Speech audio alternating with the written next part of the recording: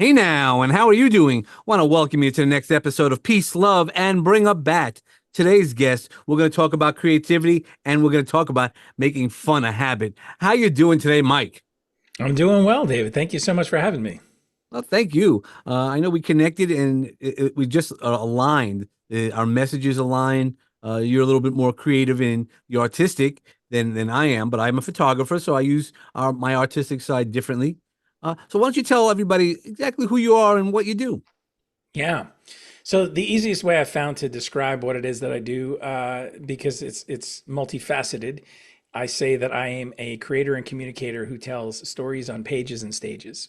Mm. And so on the creator side, my background is graphic design, a lot of branding, logos, marketing materials, and such. I also do illustration, like some of the stuff you see behind me. That's my own work, and live event sketching, where I go to events and sketch in real time and do storytelling sketches that can be used for marketing as well, and a host of some other creative things on the creator side. But then the communicator side, I also am a speaker and a coach, a creative coach, and I create resources to help people engage with their creativity, to close the gap between where they are and where they want to be creatively, and to do so with fun.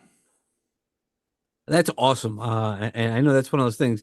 I love somebody who could just show up at a place and just start sketching and seeing things differently. I think that's the idea of being a creative and being able to see it differently and sharing it that others might not be able to see.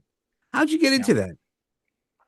So it was actually by accident, like many things in my life. And I think also, when you're wired a certain way, you have certain giftings. A lot of times, for you, it's no big deal.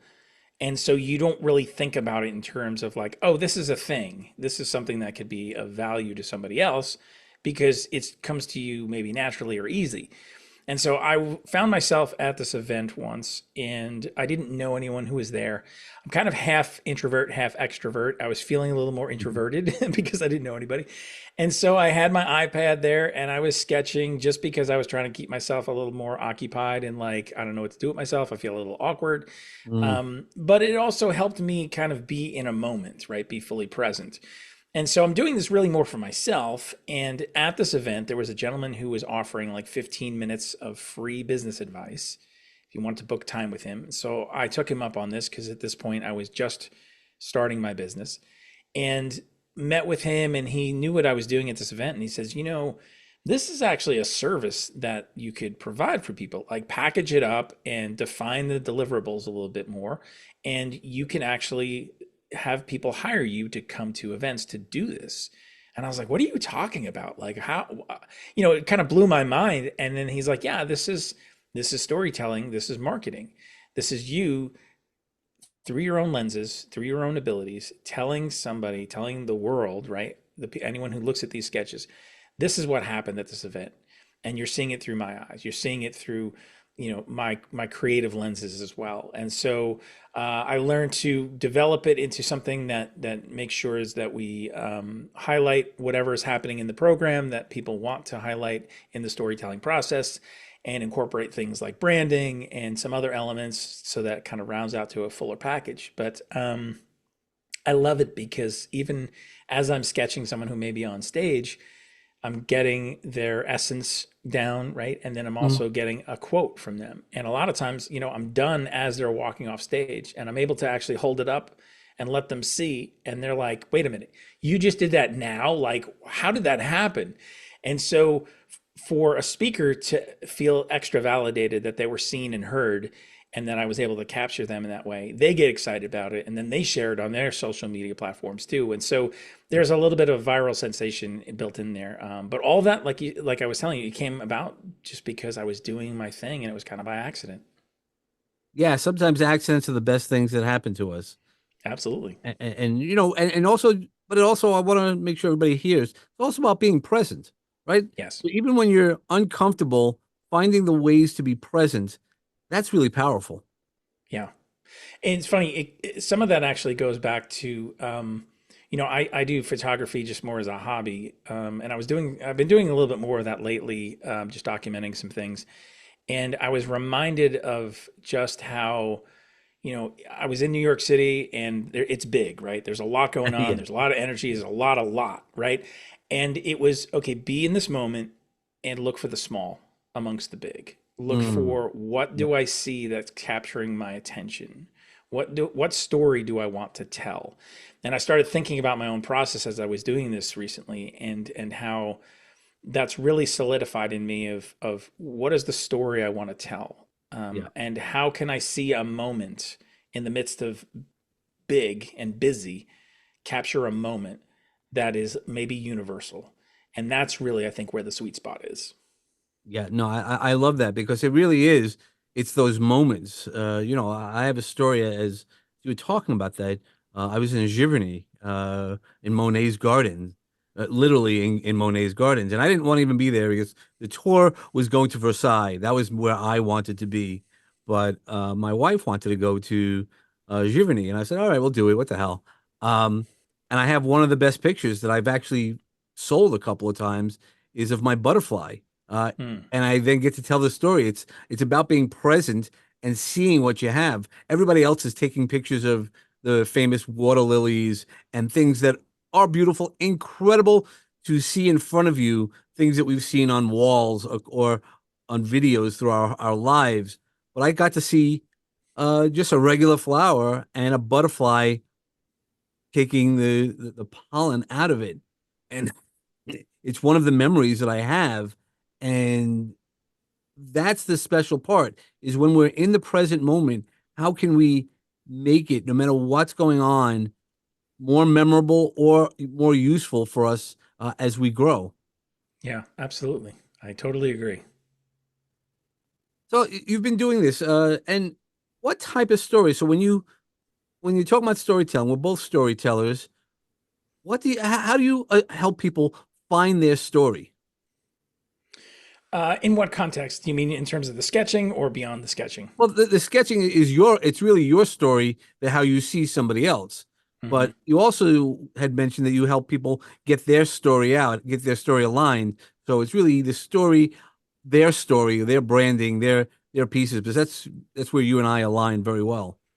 Yeah, yeah. In terms of design, certainly there's a sense of when I'm meeting with somebody and they're like, "Hey, I need a logo, I need branding," I ask a lot of questions up front Mm, because questions unlock things that and slow things down a little bit, and you need to make sure that you're understanding what someone's trying to communicate, you understand the problem you're trying to solve, and you understand how you can bring your skill set to the table to make sure that everybody's rowing in the same direction. And right. so when it comes to design and branding, really, design is about communication.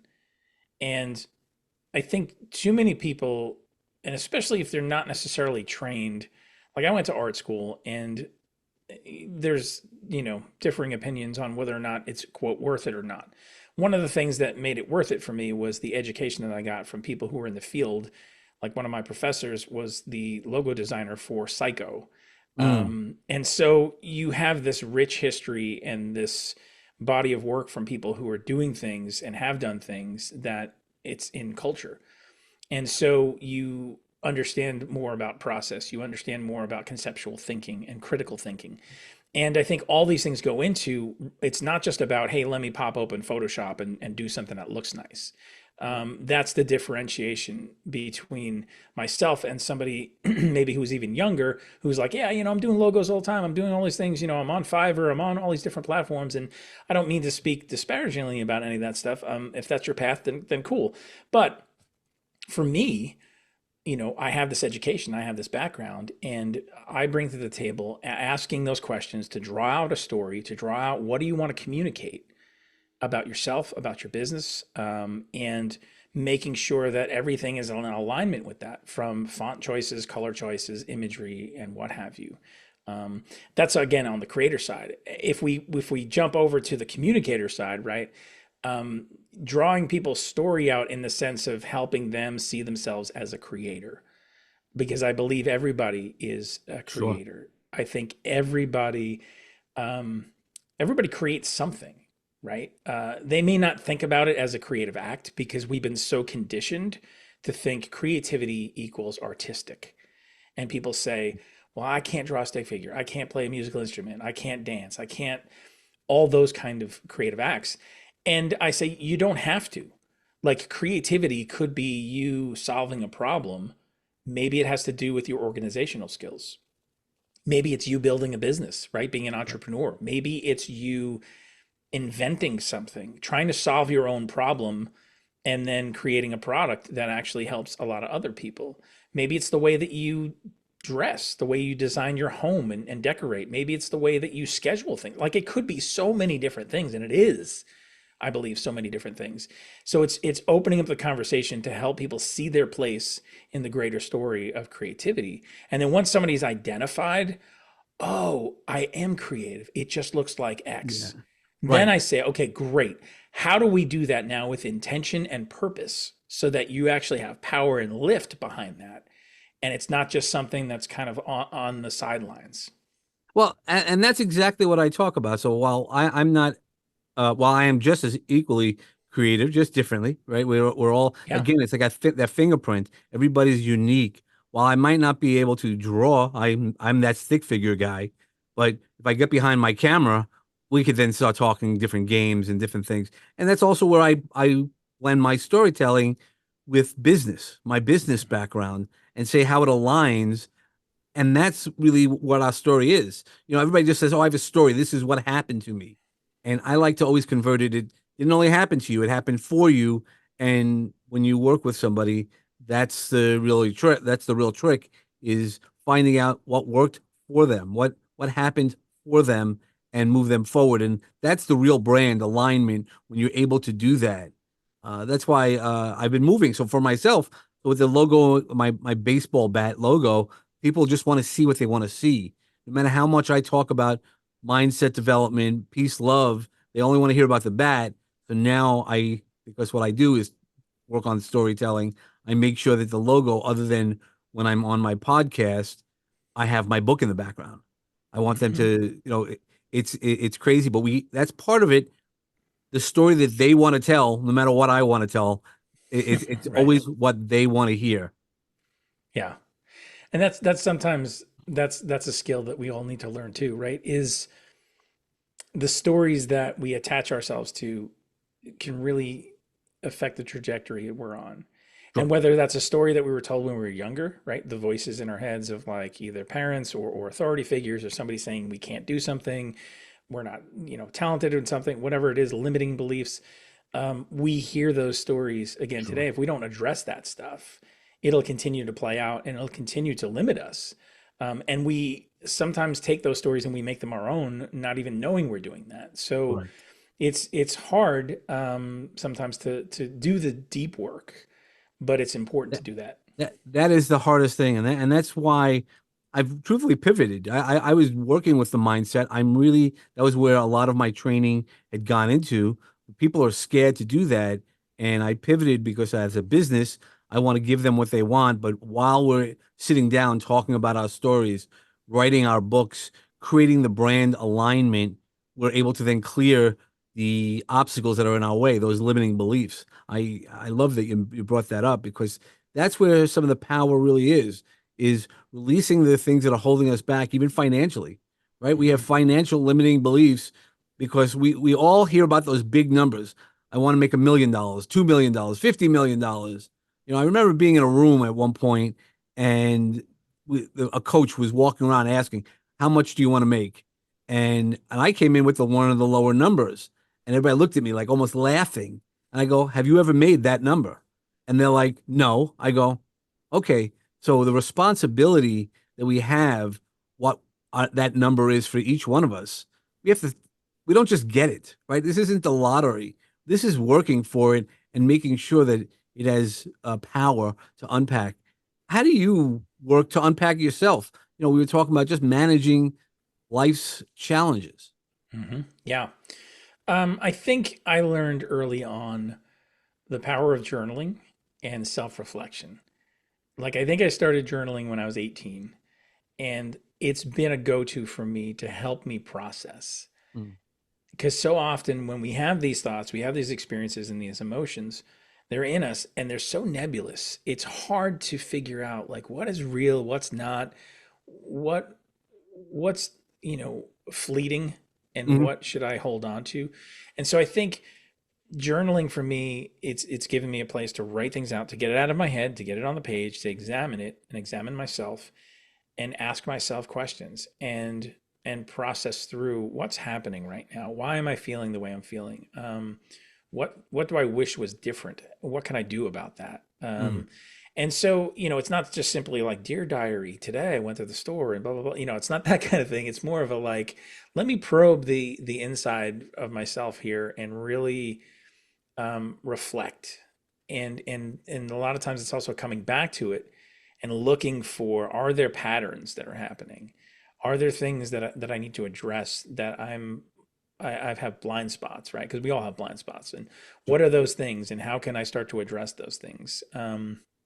And then also, I think therapy. I think I'm a big believer in therapy. I think, So am I. honestly, I think everybody should be in therapy. And I know, thankfully, a lot of it has lost the stigma that it had years ago. And certainly people would not even want to utter that they were in therapy because they wouldn't want to be seen to be labeled as broken or, Right. somehow not able to manage themselves, their own mind, their feelings, etc. But I think the more that this world presents challenges that, like, lockdown, COVID and like world things that are happening, the more also things change within our society. Like, we need help. We need some new tools to help us navigate some things we've never experienced before. And all those things. I mean, getting therapy, getting help is just simply asking someone to come alongside of us and borrowing their lenses and borrowing their knowledge and their skill set and going like, I want to be better. I want to be a better person. I don't want these things to trip me up like they have been, and I need help, you know? 100% sure.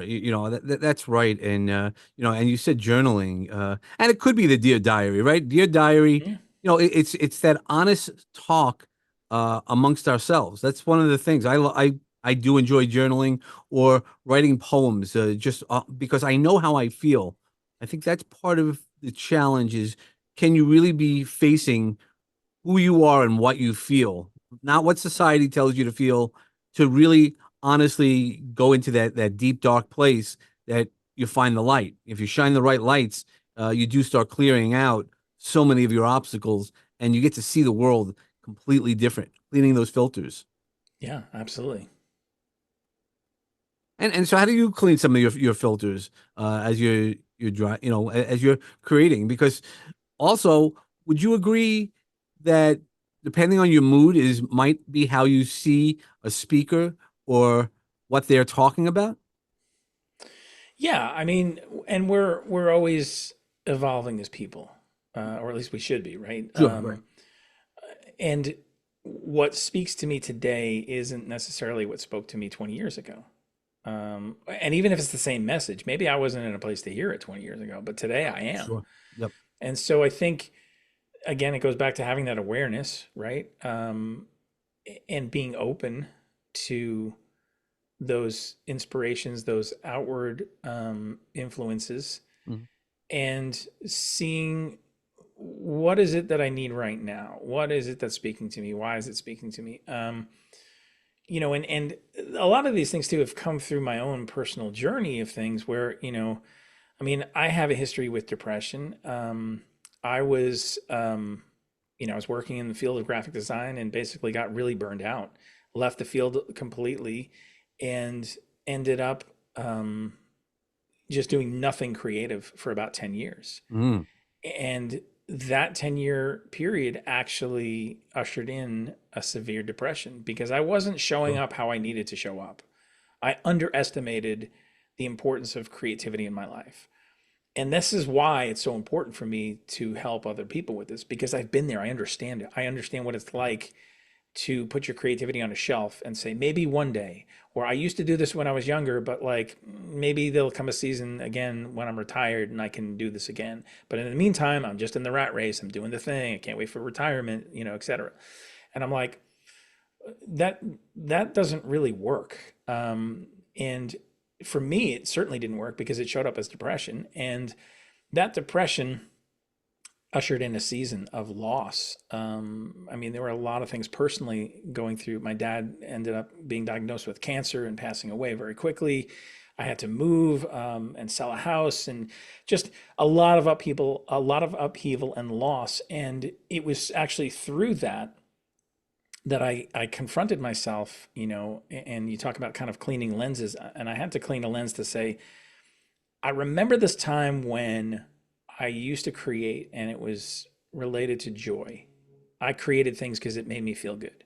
Like when I was a kid, I used to make greeting cards for family members and I would give it to them and see their face light up. And they'd be like, "You did this for me?" And then it went right up on the fridge. And somehow that experience taught me I could create something, give it to somebody else, and impact their life. Even if it's just a smile for a moment, that's still something that I had the ability to take part in that exchange. Now, obviously, when you're a kid, you're not thinking about it in those terms, right? But there's still something on an emotional level that's happening. And I knew that I wanted to do that for the rest of my life, but somewhere along the way, things got turned around and it became about a career. It became about money. It became about chasing things and taking on other people's stories, right? Of telling me this is what it should look like and roles that I had no business taking on. And so it all came crashing down to this moment of me asking again, of going, is it even possible for me to recapture that sense of joy of creating just because? Like, it doesn't have to do with a client. There's no committees, there's no budget meetings, like just making something for the pure joy of it. And I was like, I don't even know the answer to that. I was at that level. And I decided I'm going to attempt this. And so I went on this 365-day art making journey, which basically was like, I don't know if I can show up every day because I haven't shown up for the past 10 years, but I'm going to try. And all I can manage is maybe 10, 15 minutes a day because I'm battling depression. But that 10 or 15 minutes will do something, I think, right? Hmm. This is Sure. where I was at. And I learned that there was a cumulative effect. The consistency started to do something, it started to bring some momentum. It started to actually introduce me to what I liked, what I didn't like, what my style was, what my voice was as a creative person. All these things that I actually didn't uncover in art school or working in the field. And it was this personal journey of kind of diving inward and exploring this because I needed it for me that it started to develop. And so I kept going and kept going. And PS, we're like 12 years in basically at this point where every single day I've done some kind of creative act, drawing, painting. I've branched out into writing as well. But that taught me consistency. It taught me put in the hours. It taught me show up and make your creativity a priority because when you do, it will actually do more for you and not only give you opportunities to do some work if that's what you're looking for, but it'll help you know yourself better. It'll help you recognize what you really have to give to this world that's a gift and you actually start by giving it to yourself first. 100%. And that's really it, right? Rumi said, the answers are not outside, they're all inside. And it really is when you start dealing with yourself. And that's why when I talk about what are you feeling going as you're experiencing it, even in a negative situation, you can acknowledge what you're feeling. Your body reacts differently. Even when you're in sadness, your body reacts differently when you acknowledge it versus pushing it down or not working through that yucky feeling. Yeah. Yeah, and so you said you do creative things every day. Do you have a schedule? Like, is it Monday, Wednesday, and Friday X, or it just you whatever the universe brings you that day? Yeah, well, when I started, I had to have much more of a regimented schedule. And because I was like, I don't know what this looks like. Sure. I'm exploring things. I'm not in a habit, right? And so this is where also my business of, the daily creative habit came about because it was my own journey of having a daily creative habit and going, this is actually, there's a framework behind this. There's a process behind this. This is what I teach people now. And so part of it is, yes, schedule it. And it sounds like the most uncreative thing ever because you're like, I want to be inspired. I want the muse to come. I can't schedule that. And the thing is, if we don't schedule it, it never happens. We keep waiting for large blocks of time. We keep waiting for the perfect scenario, and it keeps getting pushed, and good intentions remain intentions. And so for me, I knew, okay, I need to show up. Maybe it's 15 minutes a day. I'm putting that on my calendar. This is what it looks like. And I would give myself like, today I'm going to try watercolors with, ink. Today I'm going to try painting with a stick, right? Today I'm going to try, I was just experimenting. I was exploring. And it was giving me a structure, but within that structure, within that container, I have freedom. Mhm. 15 minutes, do whatever you feel like doing today. Be inspired. Look at somebody else's work and try to emulate a piece of it, or take a tool that you've never used before and start messing around with it, because that's how we start to unlock some things, when we have fun, when we start to play. And so all those things, I think, are elements that I try to keep involved with my daily creative process right now, my habit. And a lot of the stuff, because over 12 years, obviously it becomes something that's more intuitive. It becomes Mhm. something I don't have to go, well, if I don't show up between X and X, then it's not going to happen. At this point, it's more like, if it didn't happen, it would feel like I wasn't breathing. So it's become that much part of my rhythm and routine and habit. So I've learned to make sure that I put some things in place so that if I start feeling bored or disinterested, I have a change agent or something to throw in the mix to kind of make it more interesting again and follow my curiosity down a different trail. I'd love to hear a little bit about that change agent, because I was truthfully, I was feeling that way yesterday. I've been doing a lot of things, and yesterday was just one of those days. I didn't have people to celebrate with me. Not that I couldn't have called up anybody, but nobody home, right? My girls didn't really care. Teenage girls don't really care much about what dad's doing. But we do that. So my change agent was I dove into some poetry, exactly feeling what I was feeling, acknowledging my feelings, and I put it out on Facebook. It was really nice. Mhm. People reached out to me. That wasn't my intention. I sometimes just put out things just because I need to feel it. I need to move the energy. I Yeah. don't want to be what I call damned, not in a hell heaven type of situation. It's when our energies are blocked.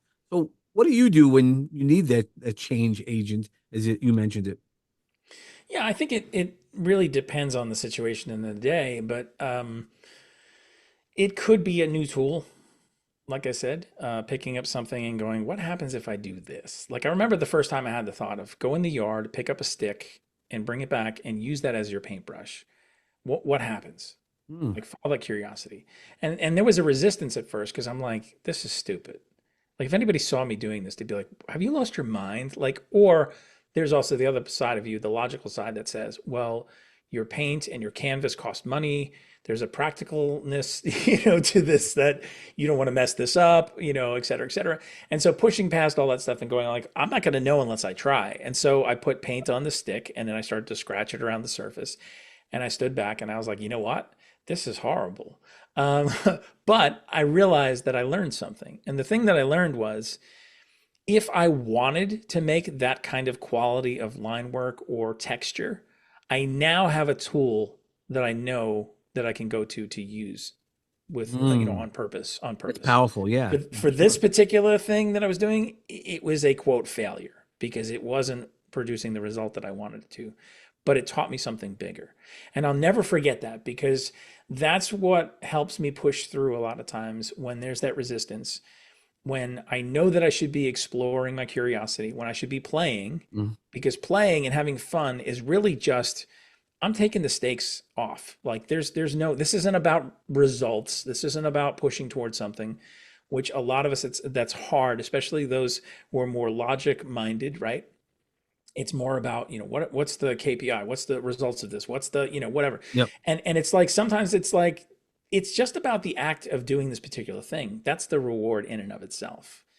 And we can't underestimate the power of that, because when we give ourselves a place to play and explore, that's when we start to unlock things that we've never experienced before.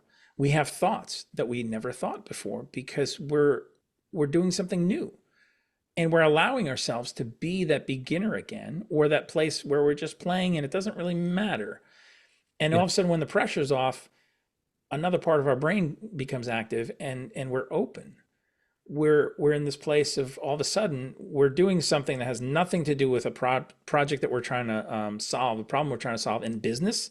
We're just doing whatever over here, and then all of a sudden, oh wow, what if this actually I could transfer to that? That would help solve my problem. Yep. And we would never have gotten there if we hadn't been open. And Sure. so playing, having fun, all those things, being curious, experimenting, break things, let things explode. What's the worst that can happen? You'll learn something. And whether it is now I know how to do this on purpose, or I know I can't do this because of X, Y, and Z, you'll grow.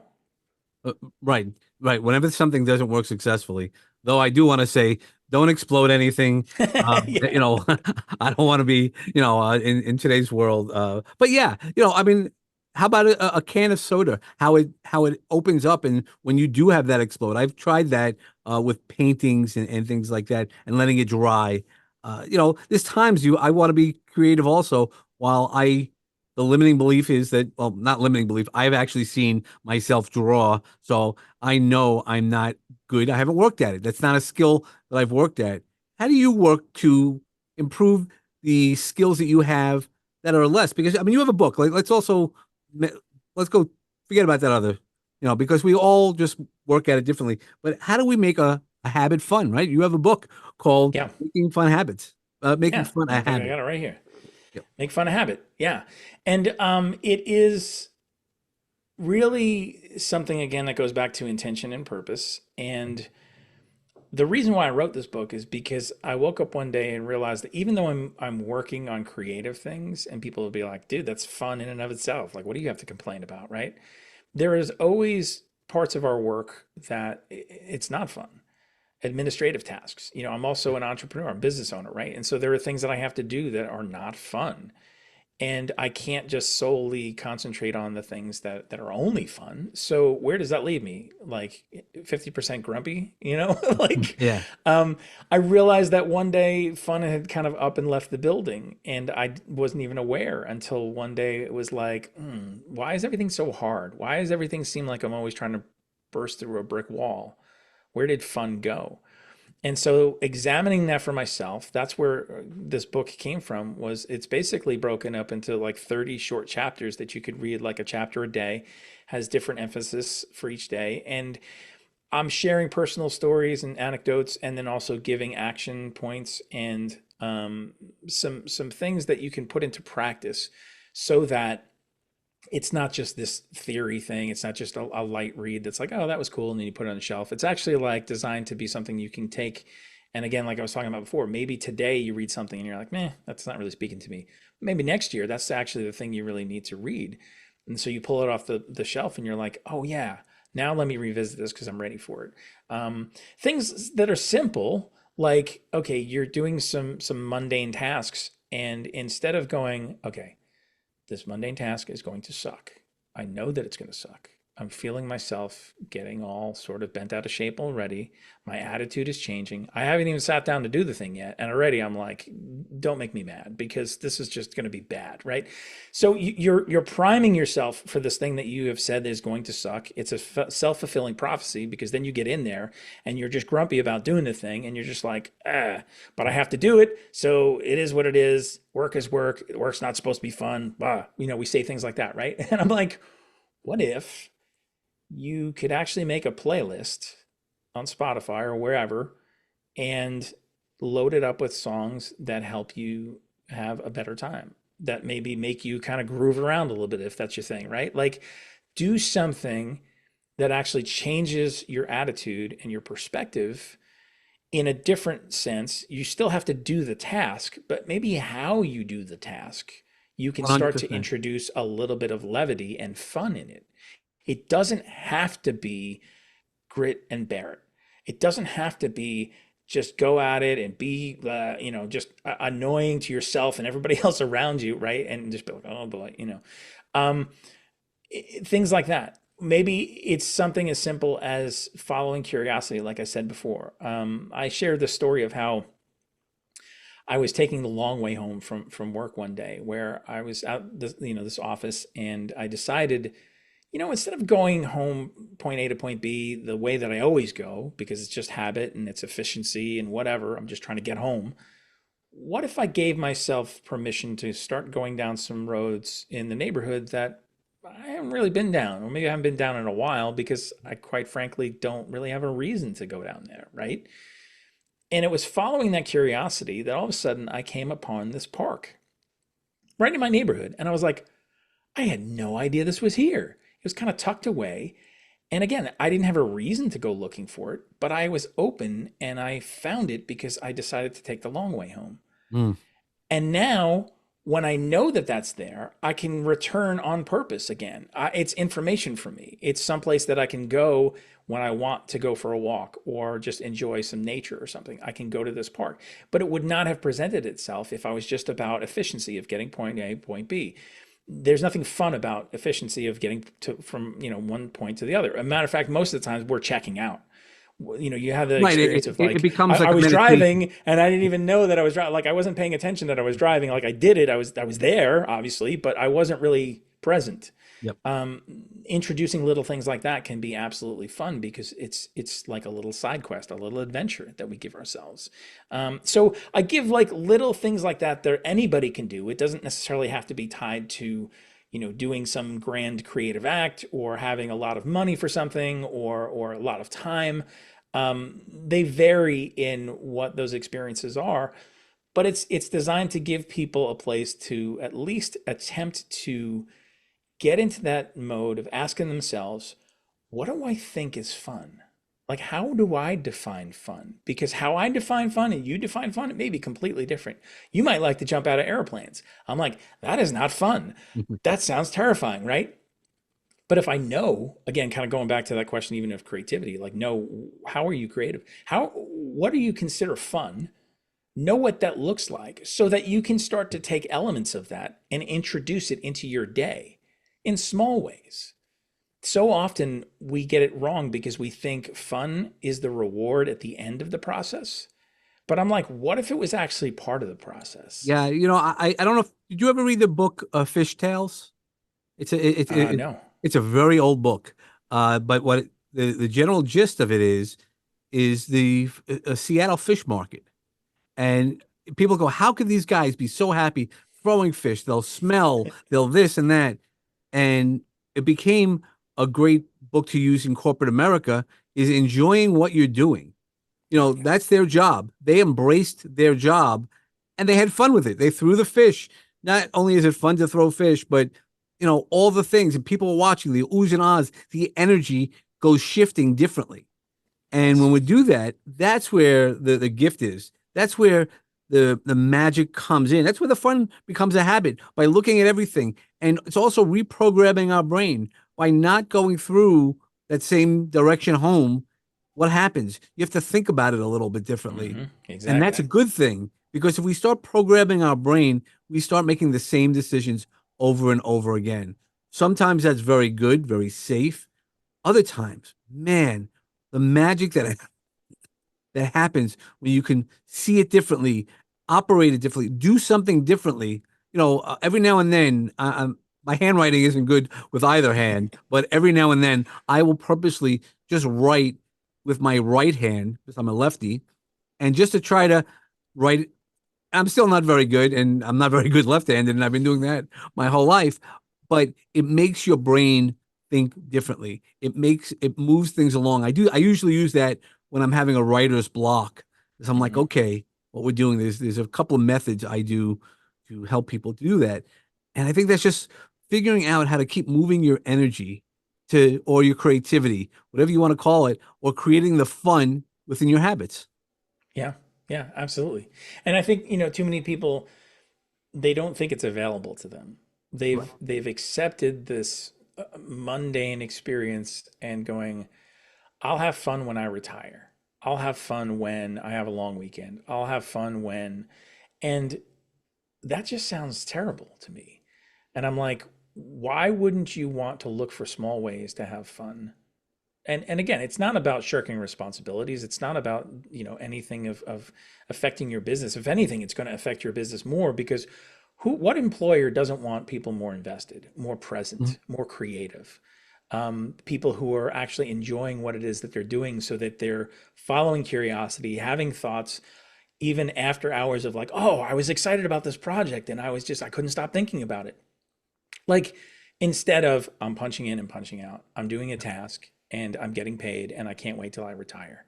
Like, that Right. just sounds like that's not living to me, 100%. I agree. And okay, we're running about over time, and I just want to be respectful of your time. How can people get in touch with you? The best way is my website, which is mikebrennan.me, M-E. From there, you can find all the various things that I've talked about, whether it's the event sketching, there's a link to go out to that, or graphic design, or speaking, coaching, my books, all the resources I create, and even my own podcast, Creative Chats. Everything is right there for you to see right in the links above. Okay, awesome. And well, I always want our guests to leave with dropping one more seed in our magic garden that we can grow. Could you think of one thing, one final message that you'd like to share with us, either about the habit making being fun and habit making, or any of the other things we talked about today? I would suggest that someone takes some time to value thinking about a vision for themselves beyond where they are right now. Like, so often we're caught up in all the things we have to do, and it seems like, again, a luxury to be able to do that. But if we could take even a half hour and sit down and write down, here's where I am, here's where I wish I was. Start to define some things of like, here's how I want to see my life look in this particular area, or with creativity, with introducing more fun, with any of these type of things, and start to at least assess what's important to you, what you value, what your vision is, and where you are, so that you can start to close the gap, so you can start to reverse engineer some things and take actual steps. Because I believe in inspiration, but I also believe in practical steps and action. And it's the action that will really take us to the places we want to go. We need to be inspired. Yes, we need to be encouraged, absolutely, but we need to take action.